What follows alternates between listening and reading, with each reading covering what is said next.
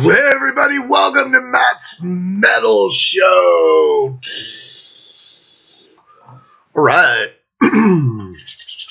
Today is going to be album review day. Just a couple of albums that I've picked up recently that I'm like, let's talk about them. My voice is still shot out. It's like 50 degrees outside. It's fucking going to rain, so... Yeah, gotta love the schizophrenic weather that we're having here in California. Oh, well, we're spoiled, so I'm not going to bitch about it. All right. The other day I picked up Leave a Scar from the mighty D. Snider. D, rock on D, right? From Twisted Sister. I remember a while ago I picked up his last album, which was For Love of Metal. And this is the new one that just dropped probably a while ago. Not really 100% on that. I think it came out. There's not a lot of information about it, but I always follow D on Twitter. He's always talking shit and being an asshole. It's D. He's like Dave Mustaine, you know. He's just that guy. Never huge fucking Twisted Sister fan. Was anybody? I mean, I guess if you lived in fucking Long Island, you go fucking see Twisted Sister over the fucking, wherever the fuck they played. Here in California, we like Twisted Sister. They were alright. They're a huge MTV band just because of We're Not Gonna Take It. And I Wanna Rock. And their little fucking cameo they did in Pee Wee Herman's Pee Wee's Big Adventure, where they're on the car and they're singing, "You're gonna burn in hell. Oh, burn in hell!" Which is my favorite fucking Twisted Sister song of all time. Burn in Hell. My favorite fucking Twisted Sister song. So, anyways, D never went away. Twisted Sister did, but he didn't. And D loves metal. He's always like stirring the pot. He's always like talking shit on Twitter. And some of the stuff he says is pretty funny. And some of the stuff he says is just downright fucking stupid. It's kind of like Ted Nugent in a way, or, you know, anybody that sits there and fucking trolls people on fucking Twitter all day. Get a day job, D. Come on. Obviously, D saves some money so he can fucking relax at home. Anyways, I was saying, like, back in, when was that? Early fact check. Let's check it out.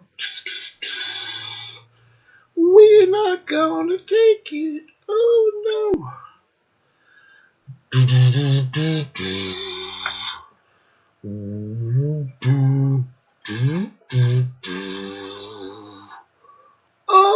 Oh, what in the heck? This is taking way longer than it should.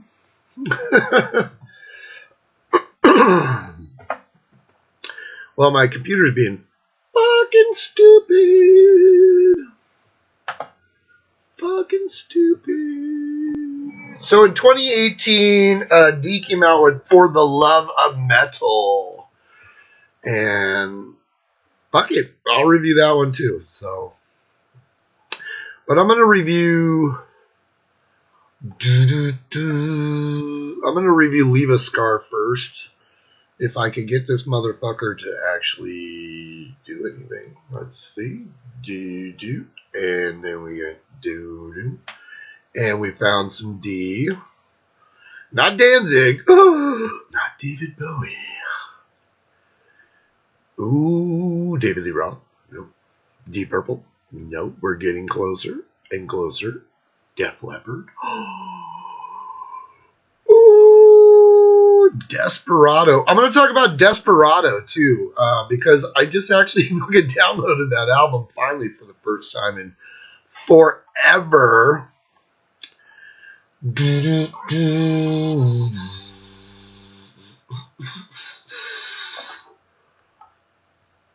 All right. We are the ones. That was good. Anyways, so the other day I was like, oh yeah, because I remember like seeing that D was gonna drop an album, and I saw one of the videos where they got the guy like chained to the chair. I can't remember what fucking video is that, except for All or Nothing More, maybe. I remember watching it and I was like, wow, that's fucking cheesemo, and you know. So I went and I said, fuck it. And I totally forgot because I think this came out back in July or some shit like that. So the other day I was doing what I always do. It's like go on Amazon and I just kind of look around and see, like, what's that? What is that? You know, oh, fuck. And I ran across D's album. So I was like, $10 is $10, dude. You know, so drinking tea today. So I got this fucking album. I fucking popped it on and I sat there and I listened to fucking D. Snider from Twisted Sister. And the album opens up with I Gotta Rock Again. And I gotta say, like, I'm not, because I think on the last album he did like a I Wanna Rock, or what did he do? He did some fucking like thing where he like reprised fucking We're Not Gonna Take It, the acoustic version. You're just like, The thing with D is like, dude, part of him always doesn't want to just get lumped into Twisted Sister and be like, I Wanna Rock and fucking, you know, We're Not Gonna Take It. But then he fucking embraces it, so I don't understand that. Obviously, those were the two biggest songs. Obviously, Stay Hungry was the biggest fucking album he'll ever be on. And so, like, when he keeps kind of going into that vein, it's kind of like, I Gotta Rock. Dude, who do we got playing on this album? We got, let's see what we got. We got Nick Perino and Charlie Belmore are the two guitar players, and they're fucking all over the place, and that's cool. Got Russell Pseudo. If I'm saying his name right, it's like P-Z-U-T-T-O. He's playing bass. And then Charlie's brother, Nick, is playing drums on this. And then the album was produced by Jamie Jasta, right? From Hatebreed. So you could... This is a heavy album, you know, and then D wanted to be heavy. He wanted to be so fucking heavy because we all know that D has always been so fucking heavy. Oh. We're not gonna take it. Especially on, like, Love is for Suckers. Oh, God, that was such a heavy fucking album. Ooh. Made fucking Black Sabbath seem like a lullaby. No, I'm just kidding. It did not. Anyways, so that's the opening track. I Gotta Rock Again, and it's kind of cheesemo. All or Nothing More, man, is oh my god, what's a fucking cool song. If you want to like give kudos to D for like kind of trying to stay fresh and stuff, you know, this sounds like a metalcore album in spots. That song's fucking cool as shit, man. Down but Never Out. Like, okay, the thing is when you're listening to this album, there's nothing on here that is gonna blow you the fuck away. Really, there's not. There's nothing that you're gonna put on and say, holy fucking D. Snider just fucking opened the fucking doorway into a fucking another dimension. That's not gonna fucking happen. What's going to happen is you're going to take a fucking dude that's like 60. How the fuck old is D? He's an old man. But D. Snider, he is 66. D. Snider is. So you're going to take this 66-year-old rock and roller and you're going to pump some new life into him with a band of, you know, people that are probably half his age. Or a little, maybe a little bit less than half his age. And that's what you're going to get. But there are really fucking cool songs on here. Like I said, All or Nothing More is a fucking just shredding fucking song. And so is Down But Never Out. It's a shredding fucking song. Are the lyrics genius? They are not. Like, you get to open season, and he's like, "Hey, motherfucker!" You know, you're just like, okay. Because we all know, like, D likes to cuss, you know, with his SMFs, his sick motherfuckers. Before I goes alright. Open season's really good though. I like the fucking opening riffs. It's fucking, it comes in fucking guns blazing. And that's kind of what this album is. Every fucking song, it's like kind of like listening to KK's Priest. It's like, yeah, the lyrics are dumb, but dude, every song comes in just fucking guns blazing, dude. It's like, we're gonna fucking assault you with this fucking album. And you can believe it and be pleasantly surprised, or you could just be like, this has all been done before. I like open season. Silent battles. It's alright. Crying for your life. It's alright. In for the kill. I don't know how many songs are titled In for the Kill. That's the one thing you have to ask as a creative individual. When you're sitting down writing the lyrics to these songs and you're titling them, do you like go, dude, we're going to call this one In for the Kill? Oh, dude, that's totally original. You know, I just wonder, like, sometimes, do they get blinded by their own ego and they think that that's cool, but it's really not. It's like cliche. But anyways, Time to Choose is all right. I like She, SHES dot H, you know. That's got a cool, like, fucking opening riffs and shit. And I like The Reckoning. The Reckoning comes in, it's like epic. It's a fucking epic song. It stands all right. This is a D. Snider album, so I had no fucking, like, any fucking idea of, like, being impressed by this, and I was. I was actually impressed by this. It's a fucking fun album. For 2021, dude, what are you gonna get? You got fucking weird shit going on in the world. It's kind of cool to, like, get, like, a KK's Priest album or that AC/DC Power Up album or fucking that Armored Saint album, like Punch the Sky. It's cool to get these albums and just put them on and just be like, yeah, pretend it's fucking 1987 again, you know, or 86. Fuck it. It's a fucking solid album. The players are great on it. D sounds pretty fucking good, you know, because D's always stayed in shape. He's one of those guys that he didn't do drugs. He wasn't a boozer. He fucking works out at the gym like 24/7. You see pictures of this guy, he's ugly as fuck, you know, because D, big horse face D. But he's fucking ripped, dude. He's in way better shape than me, and he's like 15 years older than me. So he can fucking still sing. You know, and he can go out and do, well, now that everything's kind of open back up, you know, he can go out and do festival dates and shit. I'd go see D. Snider. It'd be fucking cool. I remember hanging out with him at the NAMM show, like, back in 89. You know, and D's this huge motherfucker, you know. I remember fucking hanging out with him, and he was super fucking cool. And I hung out with Mark Mendoza and JJ French. And I have a picture with them. But I gave the picture to one of my ex-girlfriends when I was a kid, you know, or like, 18 or some shit. I still have the negative. I just have to figure out how the fuck to get it developed because nobody does wet labs anymore because they're fucking illegal. But one of these days I'm going to get that picture fucking made again so I can have my picture with Mark Mendoza and JJ French from fucking Twisted Sister. But, it's a solid fucking album. And the only reason I bought it is because it, you know, the 2016? Yeah, the 2016 album. That was 2018. No, it was 2018, right?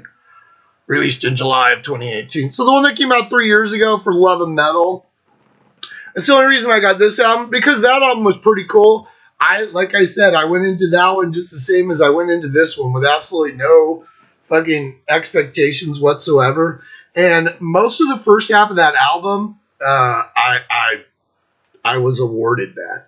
You know, just like, It starts out with We Are the Ones, Over Again, Close to You, Rule the World. We're Not Gonna Take It, the 2016 acoustic version. But then you get Crazy for Nothing, which is a really fucking cool song. Believe is pretty cool. You get Head Like a Hole, which is a fucking cool song. You get Superhero, which is a fucking really cool song. And you get So What, which is a really cool fucking song. So, you know, there's like, towards the end of the album, there's like 4 really good songs on this album. And he had a bunch of guys, you know, Charlie played on this album and Nick played on this album, I want to say. I think he had a different bass player. I think he got the guy from like Mastodon or something, but still produced by Jamie from Hatebreed. It was a heavy album. I just thought the first part of it was kind of loaded with like bullshit. So, but that's the reason why I got that album, just because, you know, I saw it. I think it was a nickel, so I was like, well, it's a nickel. I'll get it. But then also, too, the other day, that led me to, I finally found, and I wasn't desperately searching for it, but I know way back in, 88, D, after he left, after Twisted Sister just fell apart, and everybody needs to understand, like, Love is for Suckers, that wasn't really a Twisted Sister album. And it got pissed on because it really wasn't a Twisted Sister album. It was a D. Snider solo album, and the record company made them put it out as Twisted Sister. And everybody fucking hated it because it wasn't Twisted Sister. And, you know, like Joe Franco on the drums and shit. And it wasn't amazing. And after that, D finally put out a statement like, hey, Twisted Sister's done. And then they fucking, you know, broke up and whatever for a lot of years. And then D went and formed a band with Clive Burr, the drummer, the original drummer of Iron Maiden. Clive's passed away now, the late, great Clive Burr. Bernie Torme was on guitar. He's the guy that originally replaced Randy Rhoads in Ozzy's band. He's passed away too, by the way. So maybe it's kind of dangerous to be in D's band. And then, oh yeah! And then who was the bass player?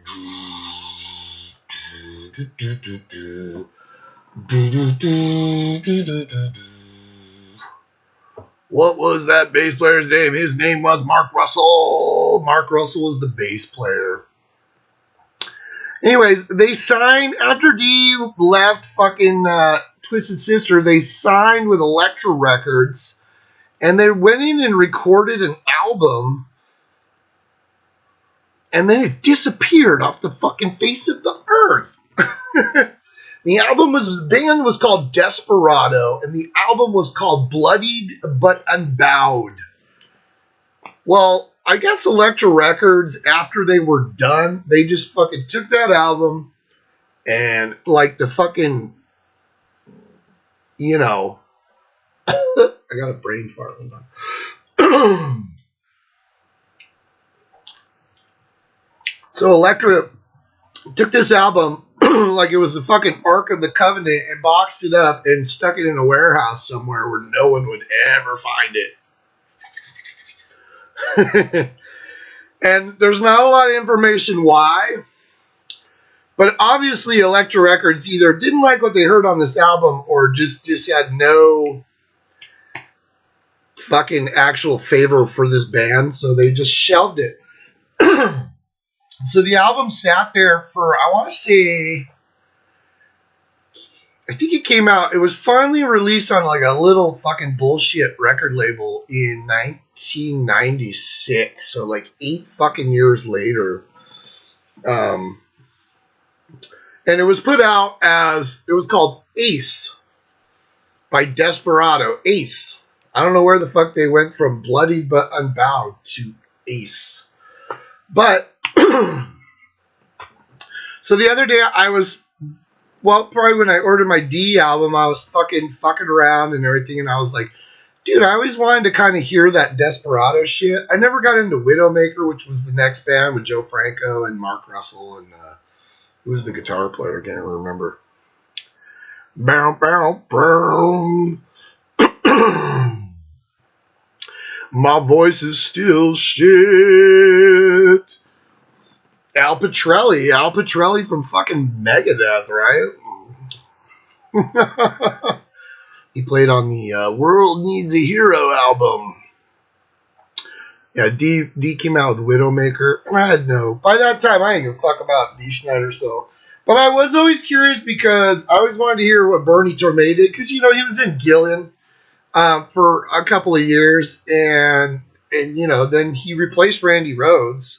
There's pictures of him wearing one of Randy's vests, and he's playing a Stratocaster on the fucking Dire of a Madman stage. But I guess he was chosen by the record company, by Jet Records. They actually snatched him from London, gave him some money, and sent him out to the States, and he just kind of showed up. Meanwhile, like Brad Gillis and stuff and George Lynch were trying to be in. Actually, I heard Robert Sarzo, like Rudy Sarzo's brother, was the original replacement for Randy. And then it was like George Lynch, but then he fell out of favor with Ozzy, and then it was Brad Gillis. But in the meantime, Jet Records was like, no, we hired this guy, Bernie Torme. He's from Gillan. Or was Gillan? No, Gillan was later on, right? And he came out, and he did a couple of shows with them, and then he wasn't having it. Because, I guess he was of the strength, the stronger makeup of steel that where everybody was standing there like flipping him off because everybody was pissed that Randy was dead. So Jakey Lee took over and Bernie flew the fuck back to England. But I always wanted to kind of hear what this album was like. So I went out and I said, oh fuck, I found it. And I bought it and I listened to it. Opens up with Hang 'em High. It's a cool song, but right off the bat, you get this flavor. Well, the band's called Desperado, so you do get this like kind of cowboy kind of feel. Like you're like, what is this? It kind of sounds like Dee Snider singing like Dave Coverdale. These songs are kind of like, and Dee's kind of like, I'm in love with my woman, Hang 'em High's okay. Gone Bad's alright. But then you get to Run Wild, Run Free, The Maverick, which is a lame-ass song title, but that's actually a really good song. And you get The Heart is a Lonely Hunter. Now you gotta remember, this is 1988, so being cheesy was like right up there, Calling for You, it's alright. See You at Sunrise, that's cool. Ride Through the Storm is pretty cool, and I like Am I Evil, and it's spelled Emahheeval. Am I Evil? Am I Evil? That's actually a pretty good song. It's a lot of gunfire and shooting on this fucking album. I will tell you this. If this album would have come out in 1988, it may have been successful, actually, because this sounds like a 1988 kind of fucking Whitesnake-y kind of album. Bernie Torme is fucking great on this album. He's fucking blistering. Like, dude, everything he fucking plays on here is like inspired. When you go way back, and I know everybody mocks, well, some people don't, they worship it, but most people like me, they kind of look at Whitesnake with a little bit of disdain for that 1987 album, because at the time it became this huge MTV thing with Tawny Katane slobbering all over fucking David Coverdale's car, and it kind of became like the fucking flag for fucking hair metal. Had Rudy Sarzo licking his bass with blonde hair, and you had fucking Tommy Aldridge, and fucking Adrian Vandenberg, big giant Adrian Vandenberg. He's like a Norse ice giant. The guitar looks like it's like a toothpick in his hand. And Vivian Campbell, after when Dave got his new band, I kind of looked at Whitesnake like, come on, sell out, like, cheesy, pretty boy band. But that album, I listened to the fuck out of that album. And do you know why I listened to the fuck out of that album? Because it's fucking awesome. It's got Ainsley Dunsmore on drums.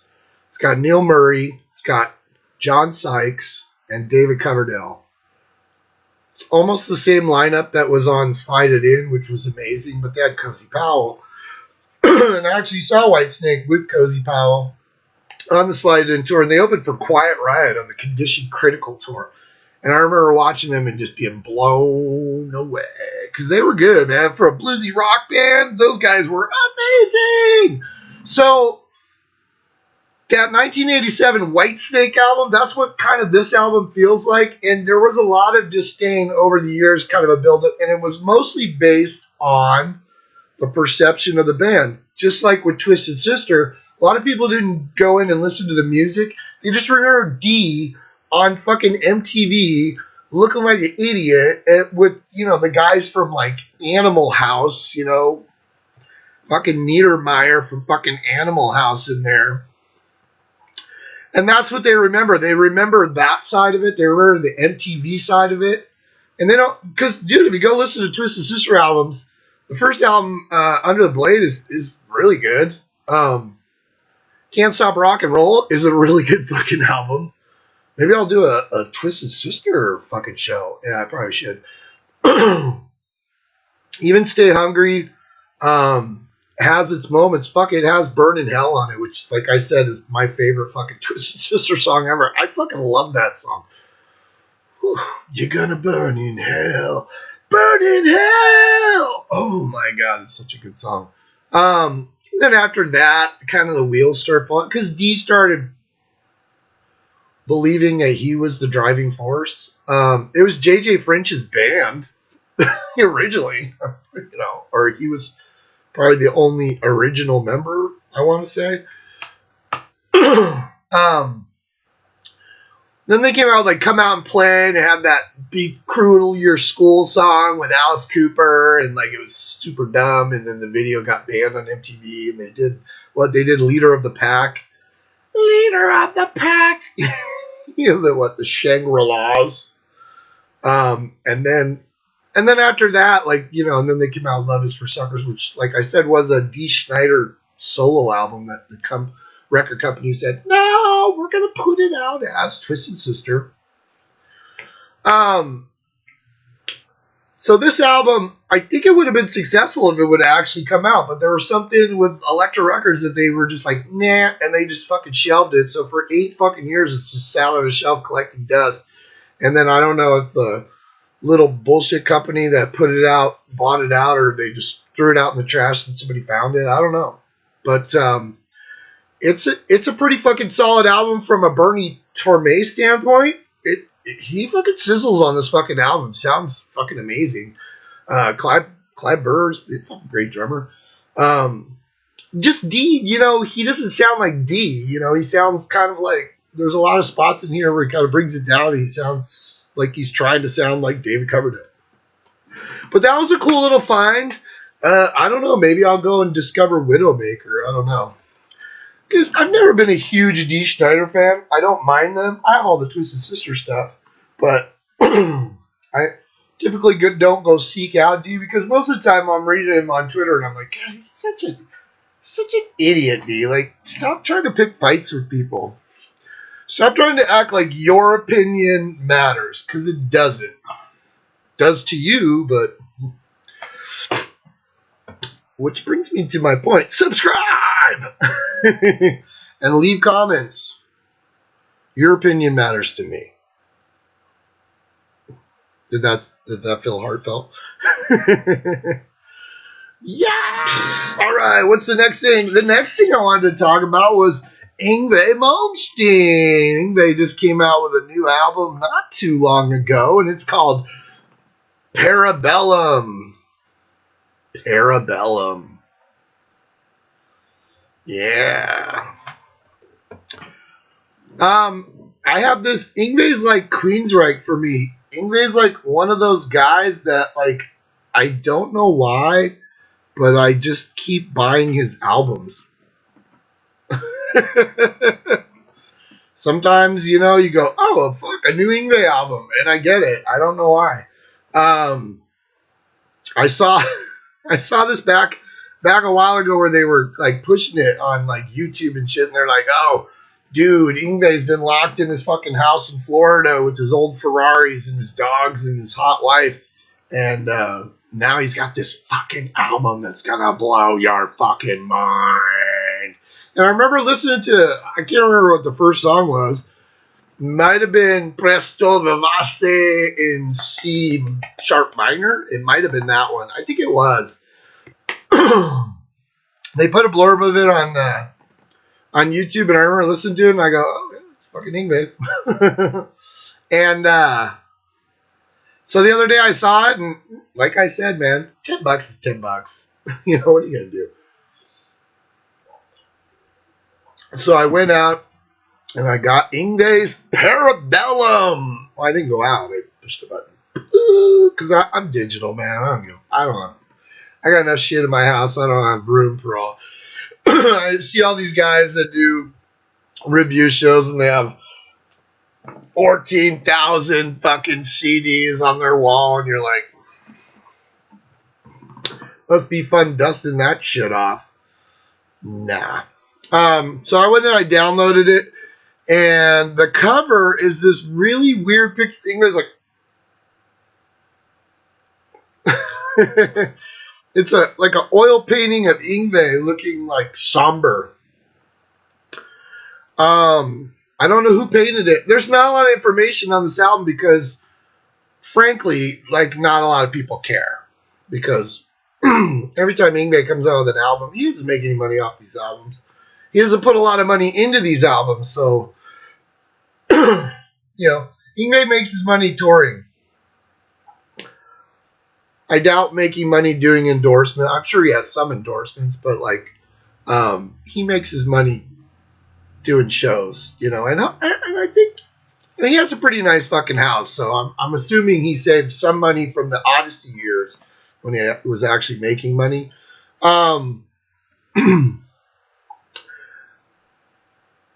Parabellum.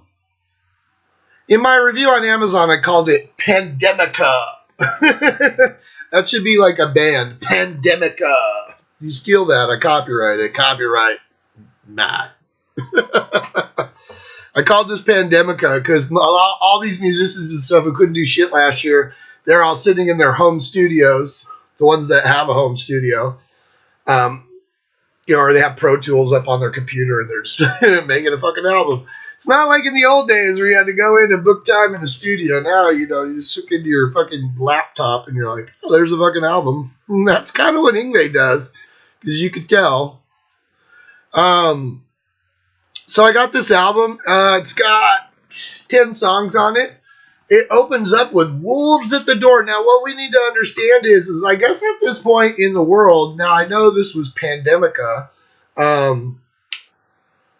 but nobody wants to work with Yngwie anyways. So, so I'm pretty sure, I can't be 100% sure, but I'm pretty sure he did every fucking thing on this album. He programmed the drums, and you can tell the drums are programmed. He fucking plays bass, he plays guitar, and he fucking sings on it. That's it. This is fucking Yngwie Malmsteen. It's not called Yngwie J. Malmsteen's Rising Force. It's fucking Yngwie Malmsteen. Or Lars Lannerbach, as we all know him, right? Lars Johan Yngwie Lannerbach. That's Yngwie's real name. From Sweden. Yngwie's from Sweden. Yes, yeah. So Lars Lannerbach, or otherwise known as Yngwie Malmsteen, he went and he recorded this fucking album by himself. He mixed it by himself. I'm pretty sure he produced it. That's a loose term, produced. And then he put it out. And it's on some really small fucking label. I can't remember what the label is. It's like Metal Archive .com or something. I don't know. Something fucking cheesy. Anyways, this isn't a huge monstrous release, but I got it because it was on Amazon. So I popped it on, and the opening of Wolves at the Door comes blowing out of the fucking speakers at you like a fucking hurricane. It's like, you know, fucking Yngwie, man. Woo! And then Yngwie starts to sing, and you're like, oh, Yngwie's not a bad singer. Way back when we were kids, when Yngwie was mysterious and cool, I remember Matt the Metal God. He gave me a fucking demo of Yngwie.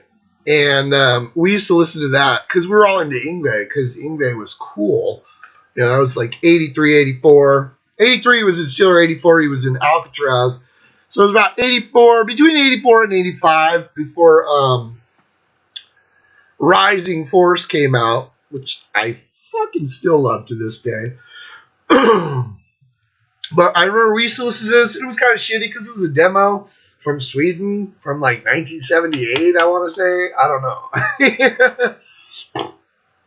And he's put it out. I have the other copy of it where they actually put it out. Where he's singing Merlin's Castle.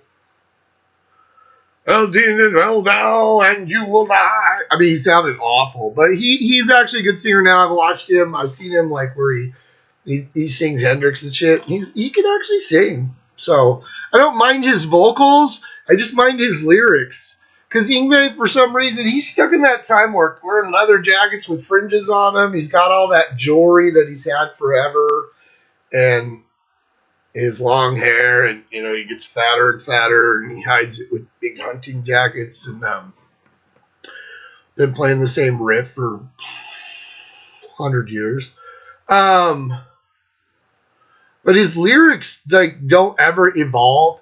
So he's always singing about bring your shields to the war and blah blah blah. Wolves at the Door, literally, and I put it in my fucking review. It's like it was scribed by like an 8-year-old child. It's really not. The lyrics are just broken and weird. Yeah, it's like Yngwie hasn't commanded the English language yet, even though he's lived like in America for like 40 fucking years. I don't know. The second song, though, however, is What We Came For. And what I always come for an Yngwie album for is for the instrumental pieces. I don't really go to Yngwie for those rockin' blah, blah, blah pieces. I really don't.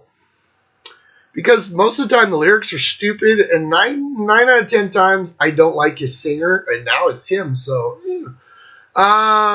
Presto Vivace in C sharp minor is fucking awesome, and that's what you came for. It's a fucking classical piece that, you know, Shredfest fucking city. Now, probably most of the songs on here, they have this drum track in the back that's just going, and then the bass line is from fucking Black Star. Boom, boom, boom, boom, boom, boom, boom, boom. I think that's the only bass line like Yngwie knows how to play. It's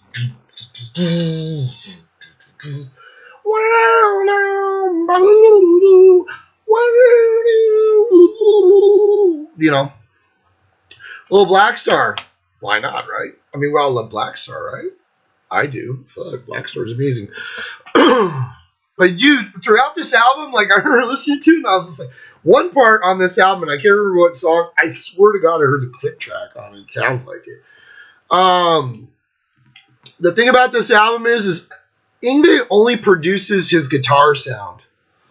He don't give a fuck about how his vocals sound. He really doesn't give a fuck how the drums and the bass sound. Don't give a fuck. They're background noise. All he cares about is that his guitar is out in front and it's nice and shiny and bright. And but there are tracks on here where he's playing acoustic that he didn't really do a good job producing it because it's almost like clicky. It's almost like, you know, and you're like, and I think he plays like keyboards on it, I'm sure, or harpsichord. There's a lot of stuff in here where you're like, is that harpsichord? That's a great song. Second song's great. Relentless Fury. Yeah, it was this. Is this Eclipse? What album is this on? Is this fucking trilogy? Relentless Fury. No, no. See this awesome Parabellum, which is the title track, which is like prepare for war. If you want peace, prepare for war. It's all right. It's been done like a billion fucking times. The Eternal Bliss song, that's the ballad on here where Yngwie, I guess he's singing about his smoking hot wife. I guess. Uh, it's boring. And it's boring. And the lyrics, like, I like punching up the lyrics to, like, Yngwie songs because it's like, seriously, it's like reading a story written by a child that is having issues with writing, with getting their point across. Because, like, when you listen to the lyrics on the Yngwie stuff, you're just like, what the fuck are you talking about? Toccata. I don't know how many songs have been called Toccata in the Yngwie catalog, but there's quite a few. Now, obviously, he's, like, into Toccata and Fusion D minor by Johann Sebastian Bach, obviously. He loves Bach, but he loves to throw Toccata out there. And the funny thing is even if you go back and watch Fantasia, Toccata and Fuge is just describing the music. It's not even like a proper title. It's almost just like telling you how the how it sounds. God Particle's a weird song. It's kind of all over the place, but I kind of liked it. I did. That's a good fucking song. Magic Bullet. I think that's the one where I can hear the click track on. Fight the Good Fight is, wow, lyrically fucking retarded. And then the end of the album is Sea of Tranquility, and we all know that that's, he always ends the album with this epic, grand, spiraling awesomeness. When I got done listening to this album, I felt tired. I felt like I'd been beat down by the fucking overwhelming fucking the fucking drums are just and then the bass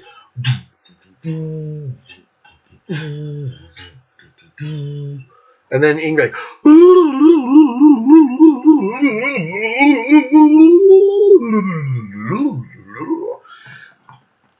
That's an Yngwie album. And like I said, I always fucking buy them. I bought the last one, was that Blue Lightning, and that was the cover album he did, and that was not pretty.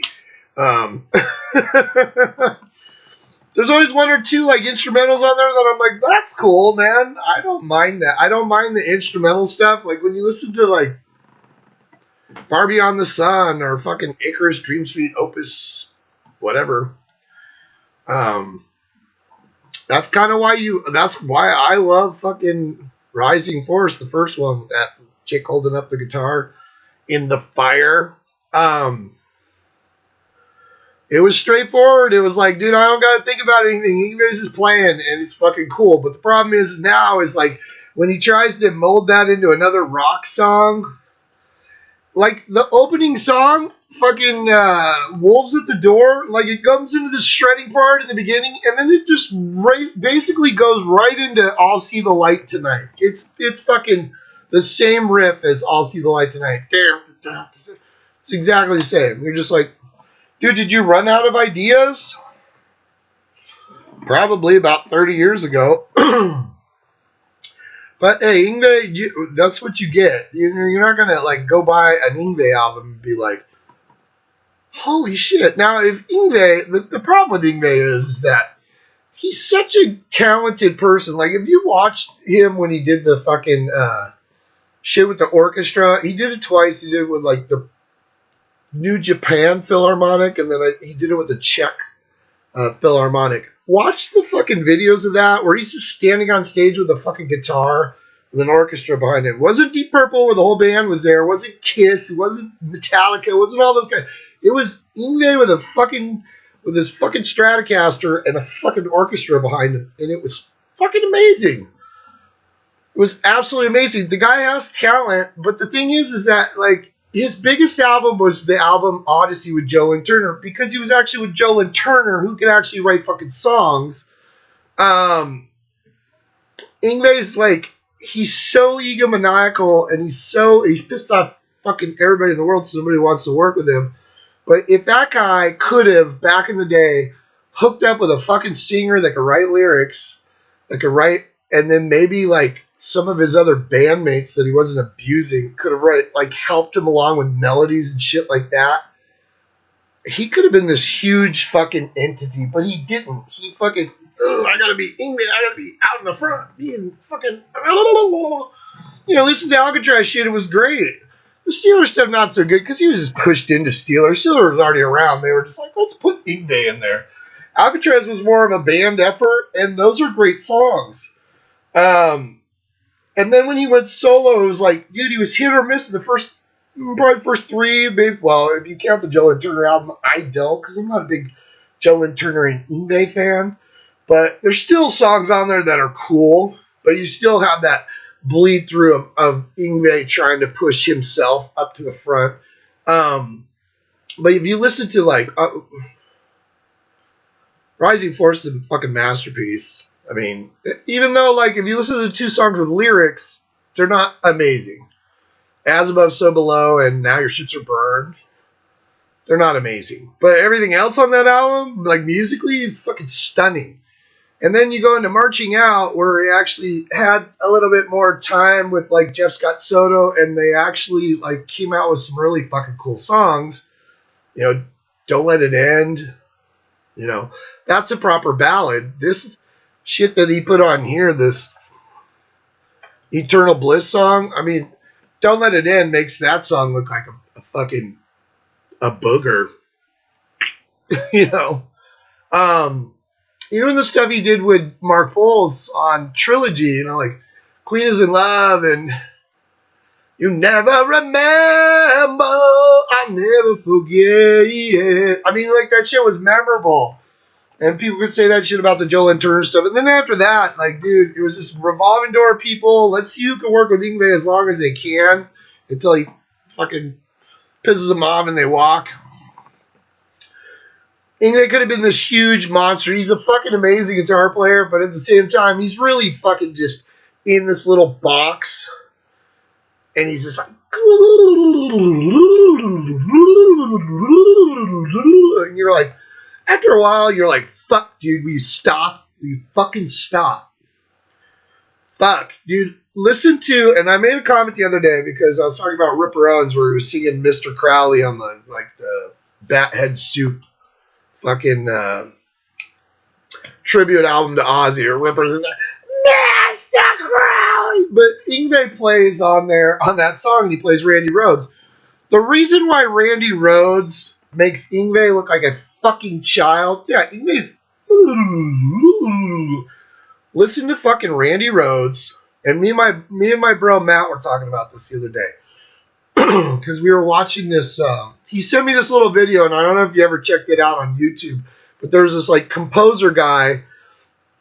And he listens to rock songs, and Matt sent me the link to him watching or listening to Dire of the Madman from fucking Ozzy, and this guy was just like calling out the fucking signature changes. He was calling out that, oh, that's G sharp minor, that's fucking, oh, back to G sharp minor, oh, boop, boop.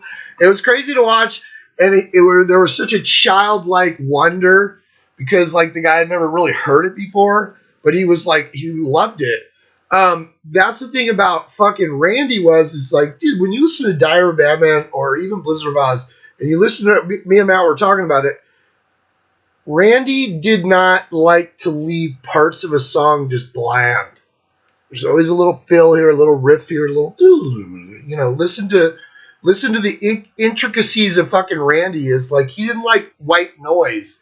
He liked to make sure that there was something fucking cool. And that was the genius of fucking Randy Rhoads, was when you listen to his songs, there was always something fucking in there, even beyond what you normally just are listening for. You know, you put the headphones on and listen. Yngwie,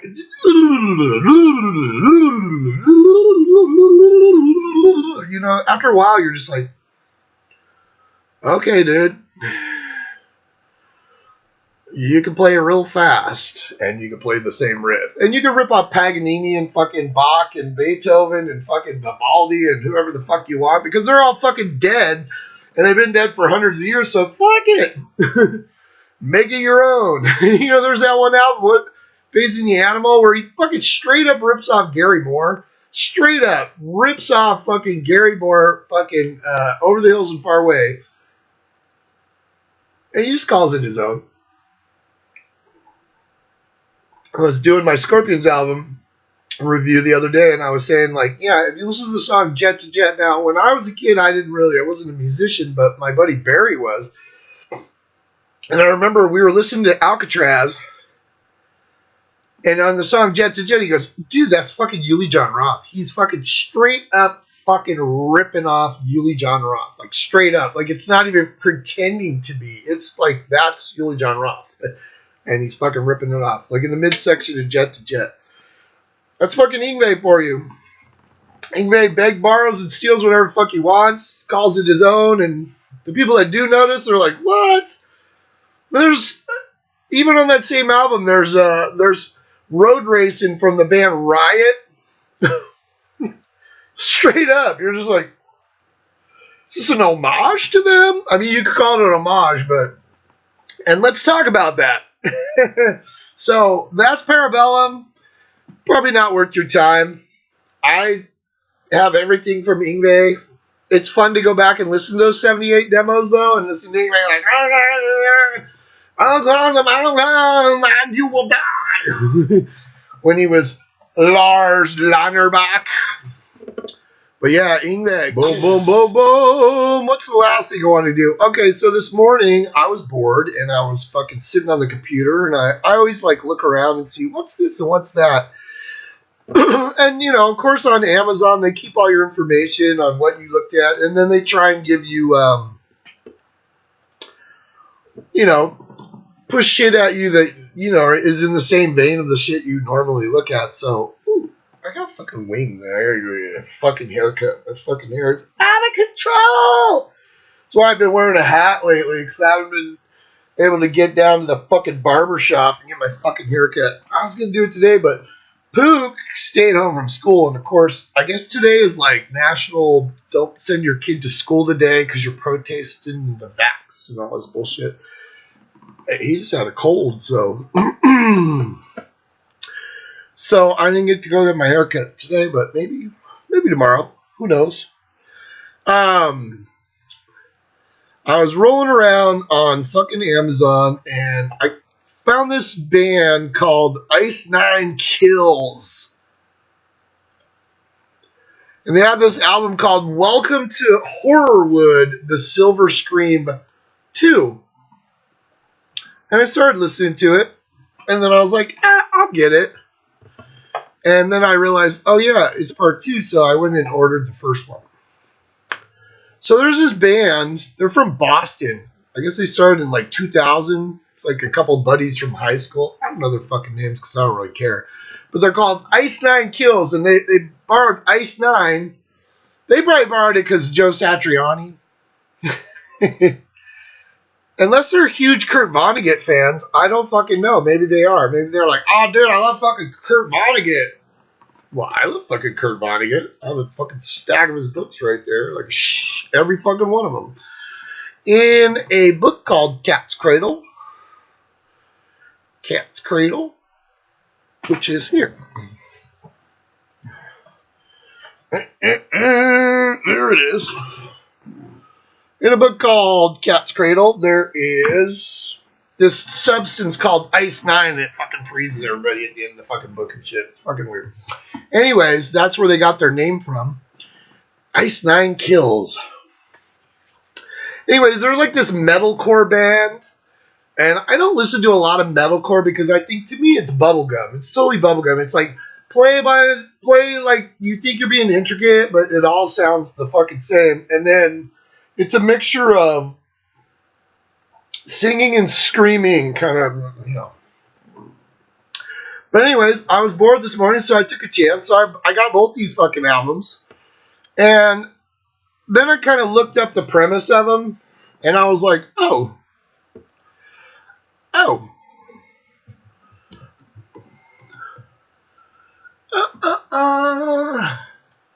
And basically what it is this band came out, the first one came out in 2018, I want to say. Yeah, 2018, and then the last one just came out 3 fucking days ago. And so what they do basically is these 2 albums are a bunch of songs based around horror movies that they watched when they were kids, I guess. Because obviously they've been around since 2000, so they're not like young kids. So I don't know how old they are because I didn't really look that far anyways. There's not a lot of information on them either, so. There's a bunch of guest stars from people from bands like I don't give a fuck about. One guy from Papa Roach is on one of them, and then I don't know. There's all these fucking guest stars, but anyways, so I started listening to it, and the first album, The Silver Scream, it opens up with The American Nightmare, and it's a song about Freddy Krueger. It's about Nightmare on Elm Street. And it's pretty fucking cool, man. And they even like changed the rhyme. You know that little sing-songy rhyme that they do in fucking the first Freddy Krueger movie? Now I remember when I was a kid, I was 14 when that movie came out. I remember me and my bro George, because George's 3 years older than me, so he could get us in. You had to have somebody with you that was 17, or whatever.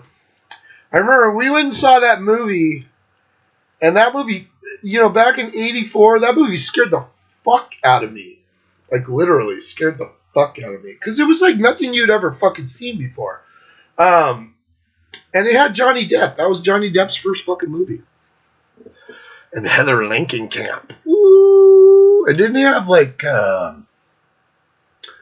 what's his name? John, who was her dad? Can't remember. I'll put it up here. And her drunk ass mom. That movie now you watch the movie, half the movie doesn't even fucking make sense. But like, oh yeah, we killed this fucking child murderer and we burned him up, and now he's stalking our families. Okay, Wes Craven.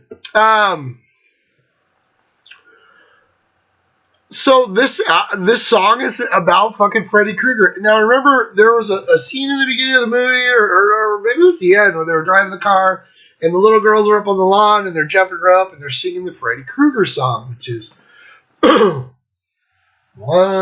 2, Freddy's coming for you, right?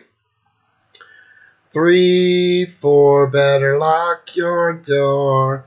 5, 6, grab your crucifix.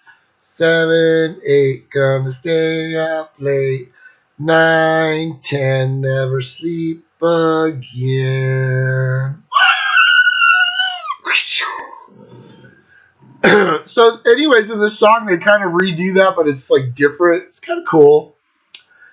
And then there's a song, and the fucking opening is so fucking awesome. It's like kind of acoustic, and it's like something about we are the sins of ourselves or something, and it's like, and the curse of Crystal Lake. And it goes into this song called Thank God It's Friday, and it's about like Jason Voorhees. It's hilarious. And then you got Stabbing in the Dark is about Michael Myers. You got Savages, which is about the Texas Chainsaw Massacre. And then you got The Jig Is Up, which is about Saw. What was Grave Mistake about? Grave Mistake was The Crow. It's a song about The Crow. And then Rockin' the Boat is about Jaws. He's like, we're approximately 4 miles off the coast of Amity Island. You're like, what? And then Enjoy Your Slay is about The Shining. There's a song called Freak Flag that's about the Devil's Rejects, which you're like, I'm pretty sure Rob Zombie covered that. Yeah. The World in My Hands, which is about Edward Scissorhands. And I'm like, was Edward Scissorhands a horror movie? I guess it would be if you were like 5. Merry Xmas, which is about Silent Night, Deadly Night. I remember when that fucking movie came out. Silent Night, Deadly Night. What movie was that? 1984. Well, same year as fucking Nightmare on Elm Street, right? Yeah. 84 was a good year for fucking horror movies. I remember Silent Night, Deadly Night came out years where the Santa Claus fucking murdered people. That's dumb. There's a song called Love Bites, and it's about the 1981 movie American Werewolf in London, which I fucking love that movie. American Werewolf in London, where he's like, remember the Alamo? It had the star on the wall. I wore my star shirt just to remember the Alamo. Like Griffin Dunn in it, right? And that guy from the fucking Dr. Pepper. Fucking that was a great fucking movie. And then the very last song is called It Is the End, and it's about, I don't know if it's about the movie It or the book It. And it's like, hey, Georgie, I'm Pennywise. And, you're just like, wow.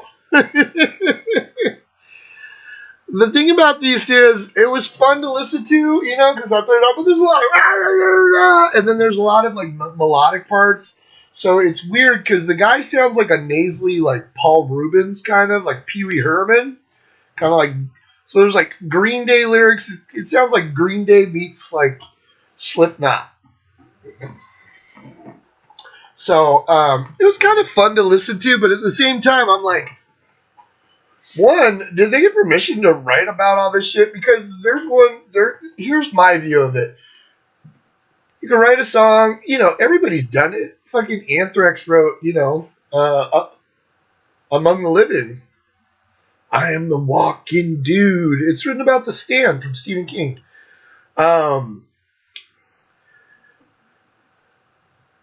There's plenty of bands out there that wrote songs, Iron Maiden wrote about Rhyme and the Ancient Mariner, right? And Alexander the Great, he died of fever in Babylon. People write songs about a lot of stuff, but when you're like straight ripping shit off, now you could call it an homage. It's an homage. But there's a fine line between homage and plagiarism. There's a fine fucking line. To me, not knowing this band, not really knowing what the fuck, and they're metalcore, so they're kind of like, they're kind of like little punks. They're kind of like, that's what I said. It sounds like Green Day meets like Five Finger Death Punch. Because that's what it kind of is, Five Finger Death Punch, they come out with a bunch of shit. They rip off a bunch of old fucking riffs from like fucking Ozzy and shit, and then they're like trying to act all hardcore and shit. You're like, you're a bunch of fucking goose. Just because you say fuck and you talk about violence doesn't mean like you're cool. So this band, I don't really know what their intentions are. So when I'm listening to it, I'm looking at it one of two ways. Like, this is cool. It's fun to hear, like, some of the shit.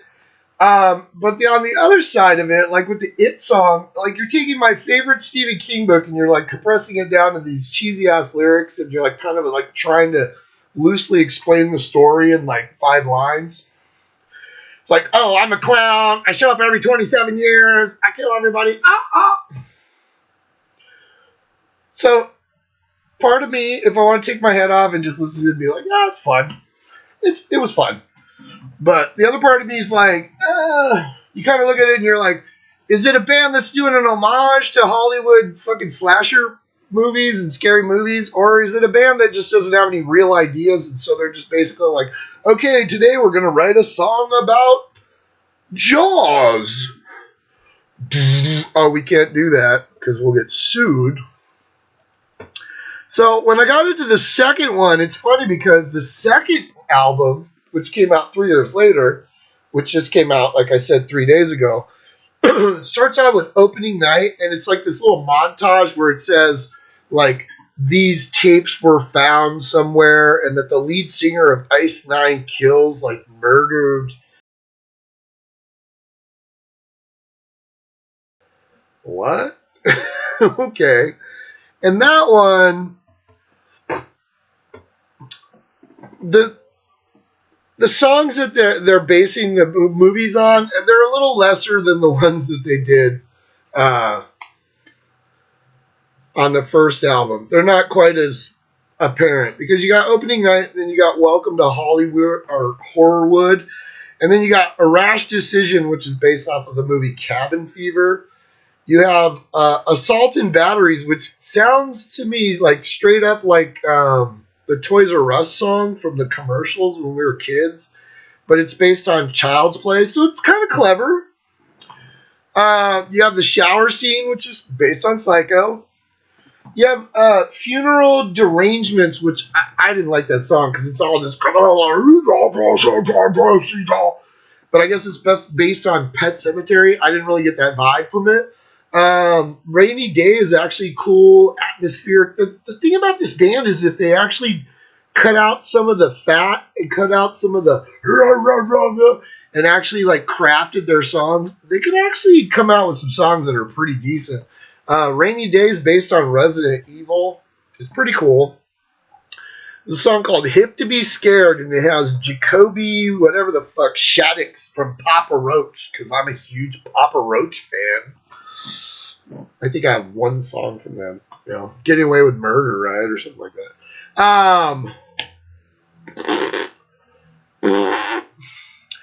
It's about, first of all, it's about American Psycho. Now, I remember when the book came out and I read it, and that was the guy who wrote Lesson Zero, Psycho, and they actually took the money back from the advance that he got. American Psycho was regarded as for a long time as like one of the worst books ever written. And then they came out with the movie with Christian Bale, and then everybody kind of like embraces it. I still don't embrace it because I remember reading the book and going, okay. Some sick fuck that is torturing chicks. Wow, that's not really what I get into. So, okay.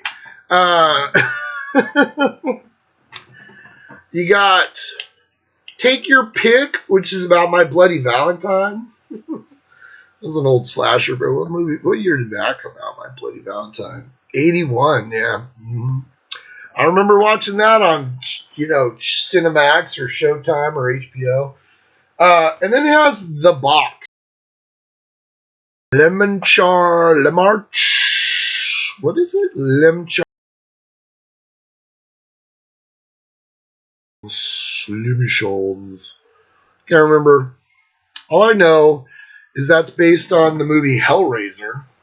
And that's kind of where I had the problem. Like, I probably had the most problem with songs that were about either movies or books that I love because I'm kind of listening to it and, like, they don't get it.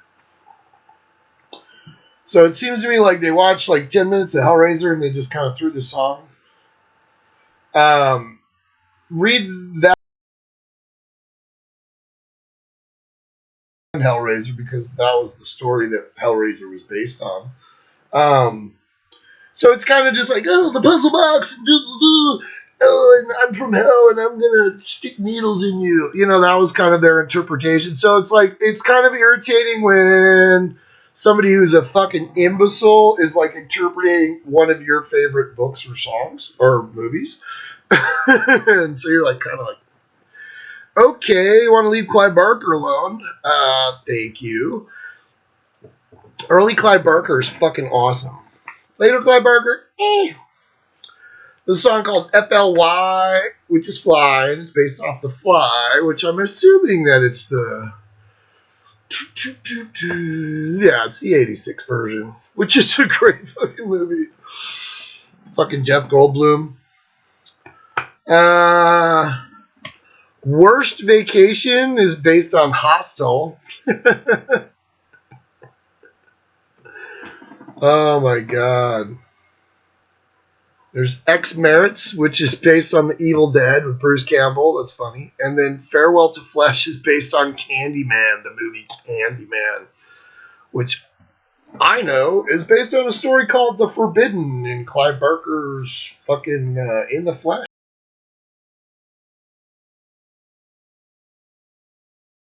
I don't know where they came up with the whole hook-handed shit that they came up with for the movie, but Clive Barker had a hand in it, and they just came out with Candyman, like, revamped. And it's like, you guys are playing off of, like, if you read the original, it was fucking amazing, and then when the movie came out, it was like, where the fuck did that... He's an ex-slave with a hook hand that was basically Bloody Mary. Bloody Mary, Bloody Mary, Bloody Mary. Oh! You know, Candyman, Candyman, Candyman.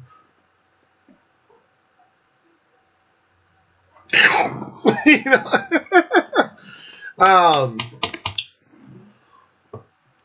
Do I recommend these? I don't know. It depends on what you're into, but they were kind of fun. I thought the first one was more fun just because it dealt with the, like, you know, the definitely the trinity of cool fucking slasher villains. Freddy, Jason, and fucking Michael Myers. I don't really add fucking, like, Texas Chainsaw Massacre in there because I wasn't really into that. And I was too old for fucking Child's Play. I don't give a fuck about Child's Play. I think it's dumb. But I know there's a lot of people out there that, I fucking love Child's Play. Dude, I watched Child's Play the other day, and I never, ever watched it before. And I watched it, and I was like, wow. That was dumb. Yeah, so Ice Nine Kills. I don't know if I would dig deeper into their discography. I'll just say, like, you know, there's a lot of noise on here and a lot of fucking grandiose, thematic, like, you know, there's all this shit and commentary and blah, but a lot of it is dumb. So I don't know if I love it or not. I'll listen to it a couple more times to see how I feel, but I always like listening to new music just to see what's what. I'm not trying to be judgmental, but at the same time, I'm like, nah, it feels to me like you can't come up with your own ideas, so you're just like, hey, let's just talk about these movies. Well, that's somebody else's work. So, if you're doing it as an homage, like Among the Living, because you love the fucking Stand, but, you know, I wasn't, like, listening to fucking Anthrax going, oh, dude, what the fuck? It's only ripped off Stephen King. I was like, no, they like Stephen King. But this album, it's like, dude, you're just going down movie by movie, and you're coming up with a song for each fucking movie. Some people would think that's clever, and some people would think that's plagiarism. So, whatever. Anyways, that's my metal show today. Just went over a couple albums. So, I like the D. Snider.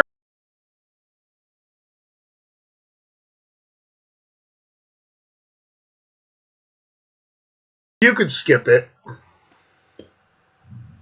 And then Ice Nine Kills, if you want to listen to the Scream and then Horrorwood, the Scream 2, it's kind of fun.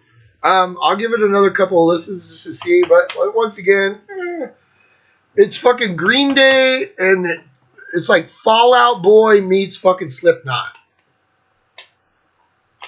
That's what it is. So, because it's like, the one guy's just like, it reminded me of the Hollywood Undead, too. You ever listen to that band? There's a fucking song called, I think it's on their first album. One of those rap bands from LA, and they, you know, had to come up with this shtick, so they were like, let's be the Hollywood Undead. But there's a song on their very first album, I think it's their first album. It's on Swan Song. There's a song called Undead Out the Way. I think it's their first album from 2008. That's what it reminds me of. That's a cool song, though. I fucking love that song. Oh, anyways. But yeah, everybody stay metal. Listen to some new music. Don't forget to subscribe and throw some comments on. Dude, everybody went crazy on my fucking Queensryche fucking my Queensryche show that just dropped the other day. So that was cool as shit. So I'll keep making them. You guys keep watching, and everybody stay metal. Yeah.